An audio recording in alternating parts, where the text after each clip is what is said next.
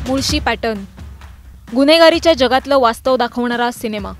भाईचा birthday असतो, त्याच दिवशी भाईचा मर्डर होतो, सगळ्यांच्या देखत।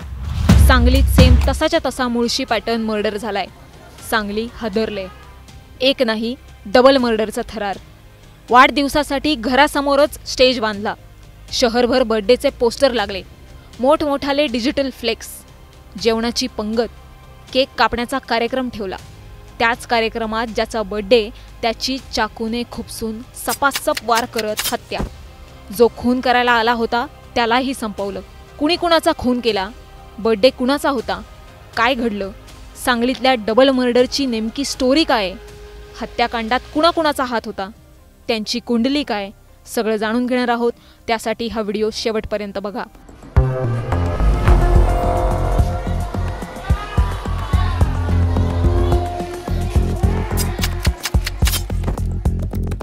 नोव्हेंबर, उत्तम मोहिते यांचा वाढदिवस।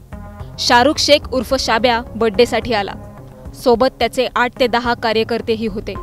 सेलिब्रेशन सुरू असतानाच शाब्या आणि उत्तम यांच्यात वाद झाला। पार्टीत असणाऱ्या सगळ्यांचीच एकच पळापळ सुरू झाली।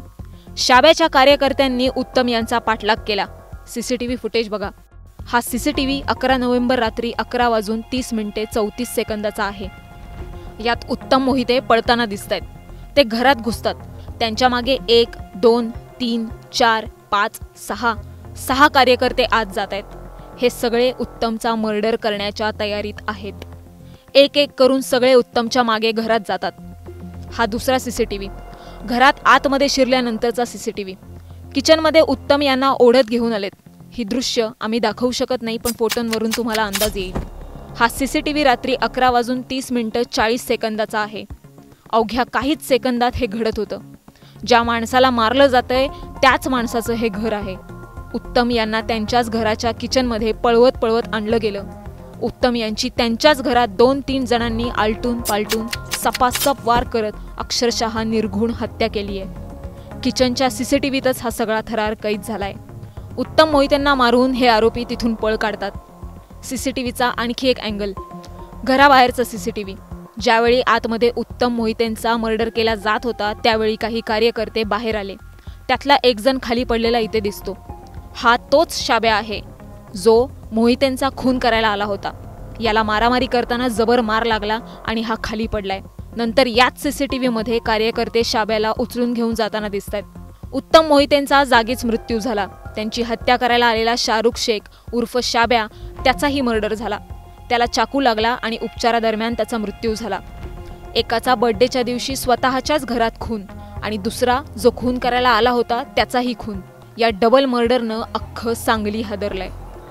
11 नोव्हेंबरला रात्री 11:30च्या सुमारास सांगली शहरात इंदिरानगर भागात ही निर्घुण हत्या झाली आहे। जो हत्या करायला आला होता तो शाहरुख शेख कोण, ज्यांचा मर्डर झाला ते उत्तम मोहिते कोण, दोघांनाही गुन्हेगारी पार्श्वभूमी आहे।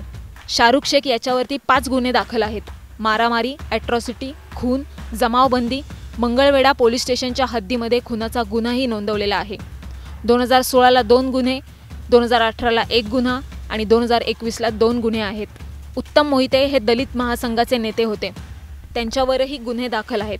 बलात्कार, मारामारी, धमकावणे, खंडणी, घरफोडी, हाफ मर्डर, सरकारी कामात अडथळा असे गुन्हे आहेत। त्यांच्यावर तडीपारची कारवाई सुद्धा झाली होती, पण त्यांनी ती रद्द करून आणली होती।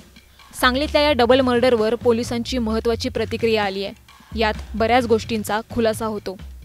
काल मध्यरात्री सांगली शहर पोलीस स्टेशनच्या हद्दीत इंदिरानगर परिसरामध्ये एक खुनाची घटना घडलेली आहे, ज्यामध्ये उत्तम मोहिते नामक व्यक्तीचा खून करण्यात आलेला आहे। ही घटना मयत व्यक्तीच्या घरी घडलेली असून त्यामध्ये एकूण 8 आरोपी आहेत।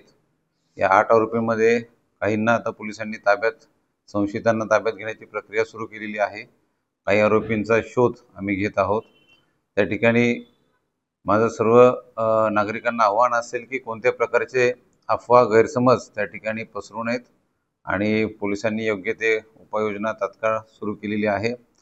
गुन्हा नंबर 592/25 हा सांगली शहर पोलीस स्टेशनचा मयताच्या नातेवाईकाच्या फिर्यादीवरून दाखल करण्यात आलेला आहे। आणि याच प्रकरणामध्ये असे दिसून येते की या मारामारीची घटना चालू असताना आरोपीला सुद्धा त्या ठिकाणी स्टॅबिंग झालेला आहे, यामधील एका आरोपीला. आणि आज सकाळी त्या आरोपीला सुद्धा डॉक्टरांनी मृत घोषित केलेला आहे. असं याच एका घटनेमध्ये 2 व्यक्तींचा मृत्यू झालेला आहे आणि त्या ठिकाणी पोलीस अधिकचा सखोल तपास पण करत आहे. प्राथमिक माहिती बघता त्याच्यामध्ये आरोपींचं आणि मयताचं जुनं भांडणही असल्याचं दिसतं आणि त्यावरून हा खून झाल्याची शक्यता आहे. सागर शेख याचा जमावाच्या मारहाणीत मृत्यू झाला की नेमकं कशामुळे? ही जसं मी आता म्हणतोय की घटना ही बऱ्यापैकी CCTV मध्येही चित्रित झालेली आहे. पोलीस त्याची सखोल माहिती पण घेत आहे, परंतु घटनास्थळावरच जो पहिला मयत आहे त्यांचा आणि आरोपीमधील जो मयत आहे, दोघांचाही मृत्यू किंवा जी स्टॅबिंगची घटना आहे ही त्याच ठिकाणी घडलेली आहे. आणि त्यानंतर पुढील उपचारासाठी जेव्हा त्यांना सांगली सिव्हिल हॉस्पिटल इथे दाखल करण्यात आलं, त्यामधील पहिले मयत उत्तम मोहिते यांचा मृत्यू डॉक्टरांनी घोषित केला. आणि आज सकाळी दुसरे मयत शाहरुख शेख या व्यक्तीचाही मृत्यू डॉक्टरांनी घोषित केलेला आहे. गणेश मोरे यांचा रोल काय आहे? नाही, आता ही सर्व तपासामध्येच सखोल माहिती समोर येईल. आत्ता सांगणं पुरेसं राहणार नाही.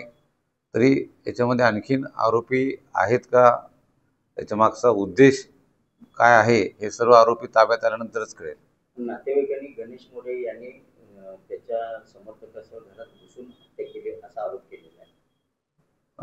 काल उत्तम मोहिते यांचा वाढदिवस होता आणि त्यानिमित्तानं त्यांनी घरासमोरच जेवणाचा कार्यक्रम ठेवला होता. त्यावेळेला त्यांचे काही घरातील सदस्य, नातेवाईक, जवळचे मित्र आणि इतरही काही लोक त्या ठिकाणी होते. त्याच वेळेला आरोपी पण त्या ठिकाणी आलेले असल्याचं दिसतं. आणि त्यानंतर ही पुढची त्यांची वादावादीची घटना झाली, ज्याच्यामध्ये स्टॅबिंग झालेला आहे आणि आरोपीचा मृत्यू, फिर्यादीच्या घरातील व्यक्तीचा मृत्यू झालेला आहे. नाही, त्या ठिकाणी तात्काळ सांगली शहर पोलीस स्टेशन प्रभारींनी आपला स्टाफ पाठवला होता. ते स्वतः हजर होते. योग्य तो पोलीस बंदोबस्तही ठेवण्यात आला होता. त्याचबरोबर हॉस्पिटलची सुरक्षा यंत्रणा पण त्या ठिकाणी होती. सर्व CCTV फुटेज आम्ही तपासत आहोत, पण त्या ठिकाणी असं काही प्रकार घडल्याचं सध्या तरी माहिती नाही आहे.